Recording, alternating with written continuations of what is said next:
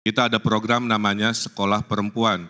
Buat emak-emak, buat ibu-ibu, nanti sekolahnya di Balai RW.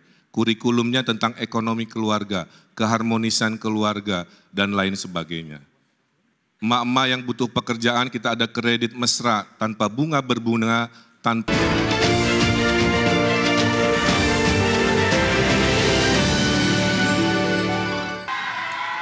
Ya, terima kasih pemirsa. Anda kembali bersama kami menyaksikan di debat perdana calon gubernur dan calon wakil gubernur DKI Jakarta tahun pemilihan 2024. Dan hadirin, pada segmen kedua ini calon gubernur akan menjawab pertanyaan yang telah dibuat oleh tim panelis. Selain menjawab pertanyaan, masing-masing calon gubernur juga diberikan kesempatan menanggapi jawaban dari calon gubernur lainnya. Dan untuk memastikan debat berlangsung adil, pertanyaan masing-masing subtema akan diundi. Kami persilakan kepada para calon gubernur untuk maju ke depan mejanya masing-masing.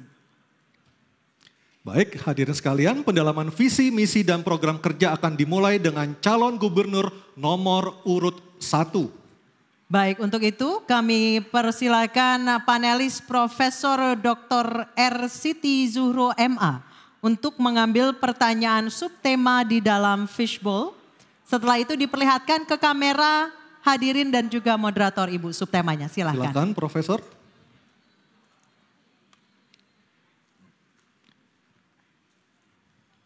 Subtema apa yang diambil Profesor Siti Zuhro? Kita lihat bersama-sama.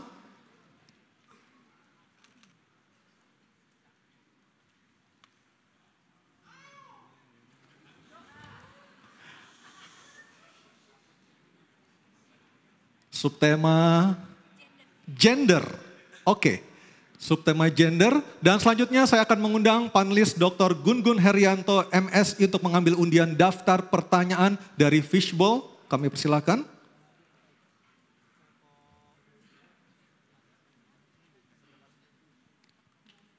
Bisa disebutkan Profesor Gun-Gun? A. Oke, baik. Gender huruf A. Saya akan mengambil amplopnya. Baik. Ini kita perlihatkan terlebih dahulu, masih dalam posisi tersegel. Masih dalam posisi tersegel, ini memastikan bahwa pertanyaan dijamin kerahasiaan. Silakan Anissa dibaca.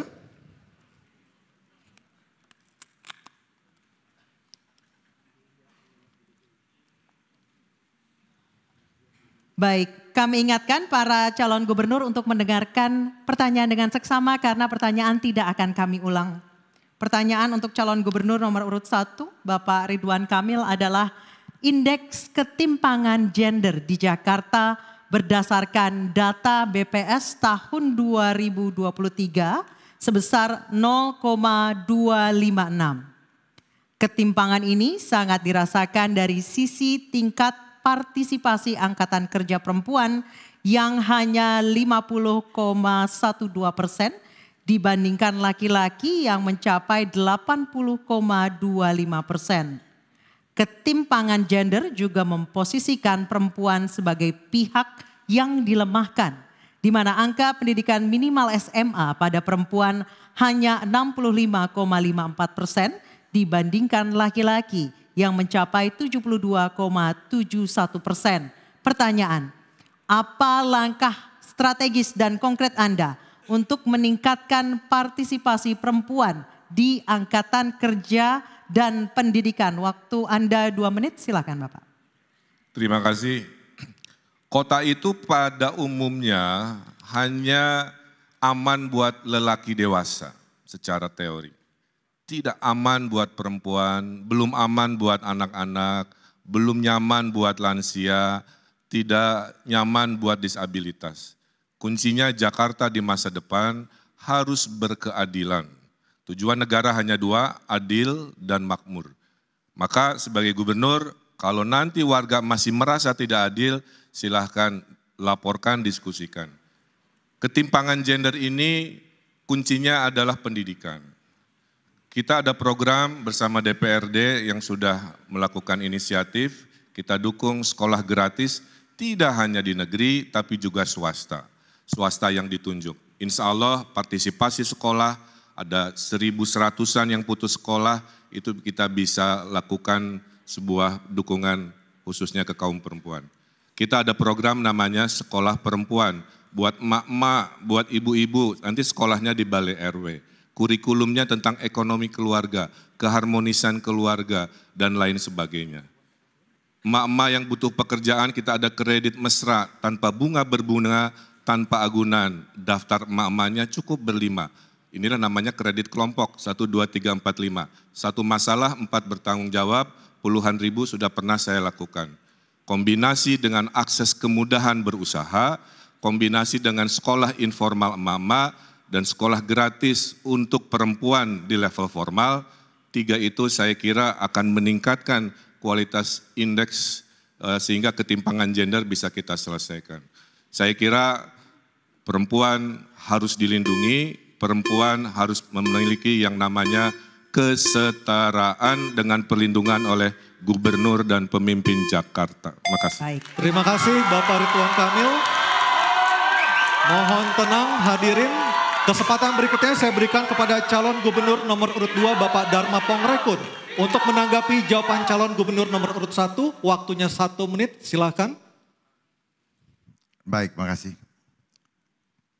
Kesetaraan gender seharusnya terjadi ketika kita bersikap adil. Dan fondasi untuk kesetaraan itu adalah adab.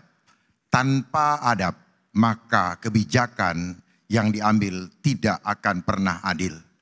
Oleh sebab itu, Pemprov DKI, khususnya Dinas Tenaga Kerja, harusnya selalu mengumumkan secara transparan peluang-peluang kerja yang ada di Jakarta dan dibagi sesuai dengan persentase yang diharapkan dan diinginkan oleh perundang-undangan.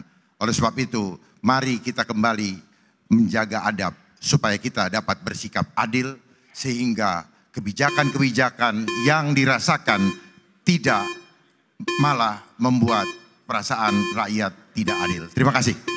Baik, terima kasih. Tenang dulu, selanjutnya calon gubernur nomor urut 3 Bapak Pramono Anung untuk menanggapi jawaban calon gubernur nomor urut 1. Waktu Anda 1 menit, silakan.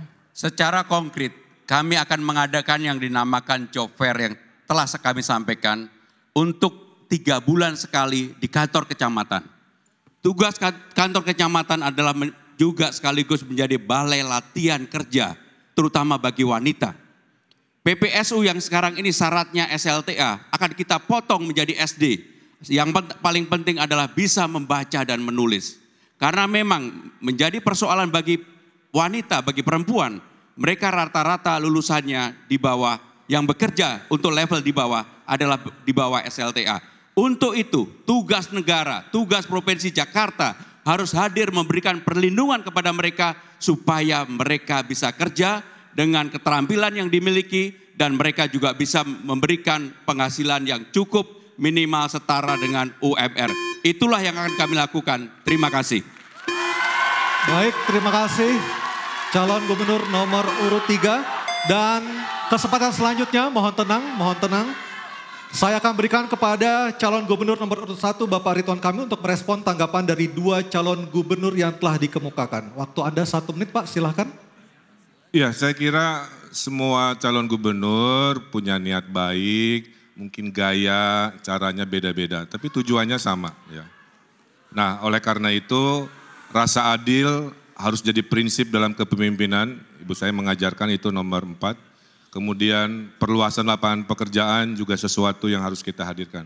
Tapi perbedaannya dengan pasangan Ridho, kita akan melakukan namanya pemberdayaan ibu-ibu yang tinggal di rumah dengan namanya sekolah perempuan.